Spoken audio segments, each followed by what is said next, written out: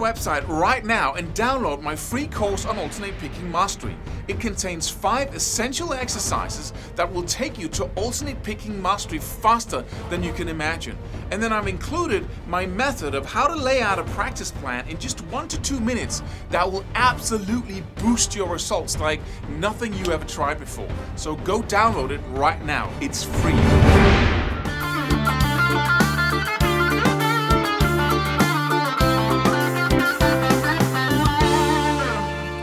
Hey! So those stretches that we have to make in order to, play 3-note per string blues scale shapes or pentatonic shapes. Now, we can do a lot of cool stuff with that. But it requires us to learn to play something else than the cage shapes or the 3-note per string diatonic shapes, where all you do is stretch, 2 whole tones at a time. Once you can make those stretches happen, that minor third and whole tone in a pentatonic shape, so many things open up to you. But so how do you do that? We talked about that in the previous video, about staying with it for long enough for it to become normal. But another thing is, and this is general for most of your development, that instead of shying away from something that seems hard, just amp it up and go for something even more difficult. Because that will make the stretching at that level you're trying to achieve easier. So it's the counterintuitive thing, you practice the stretching, it hurts in your hand, and you want to go away from it, so you do. But instead of reacting like that, try reacting with just amping up and doing double, right?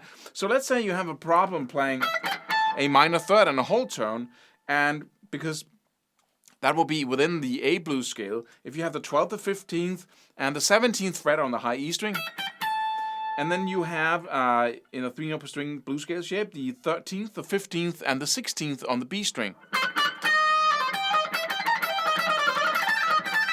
And you can do some really cool stuff there. Right? Because suddenly you can play that blues scale as a 3-note per string shape, which means you can apply every sequence, every picking technique that you've learned within the diatonic scale. Right? You can apply all of that to your blues scale. All your hammer-ons and pull-offs, all of that. Suddenly, bam, you get that all becomes available to you.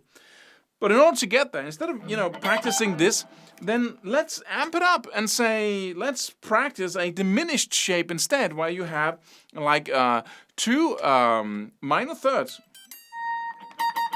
right, on the high E string. So you have the 12th, the 15th, and the, what is that? That's the 18th fret, right?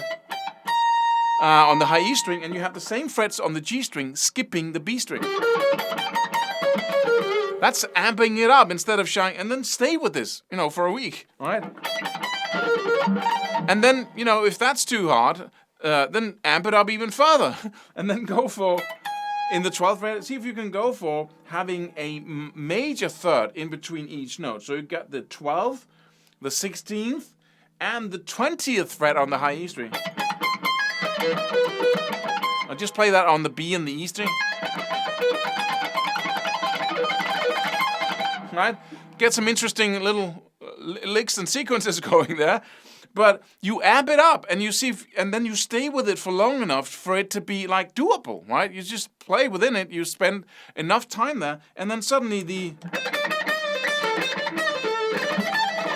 I promise you, after just doing that for a couple of minutes even, just, those major thirds, then it will make the blues scale challenge seem like, seriously, I thought this was hard? Just try that. Just try it for 5 minutes. Play 2 major thirds. I can't, Klaus. Try. Go for it. Like, bend over. Do whatever you can, right? Pull the guitar close to your neck. And then stay there for 5 minutes and then go back to the blues scale shapes. See what happens. And that will happen on a larger scale if you stay with it long enough. What you can also do to amp up the stretching challenge is, of course, to go down here. The lower you get, the more stretches you have to make. And then stay with it for long enough for that to be... Right? So each and every time you feel something is hard, just, do it even worse. Make it even worse so that you can get back to that challenge and feel the easiness of it, because that's how it's going to feel once you have it under your fingers. It's not impossible for you. It was not easy for me either. It seemed like it was impossible. It seemed like it was some kind of wizardry, something like, yeah, I can use this to show off, but it isn't. It's just another way of playing the guitar that gives you a ton of new options that you can use. So break out of it. Break out of the one fret per finger and out into something that really gives you some interesting options. And you can do it. Subscribe for more free videos. Do it. Do it now. Do it.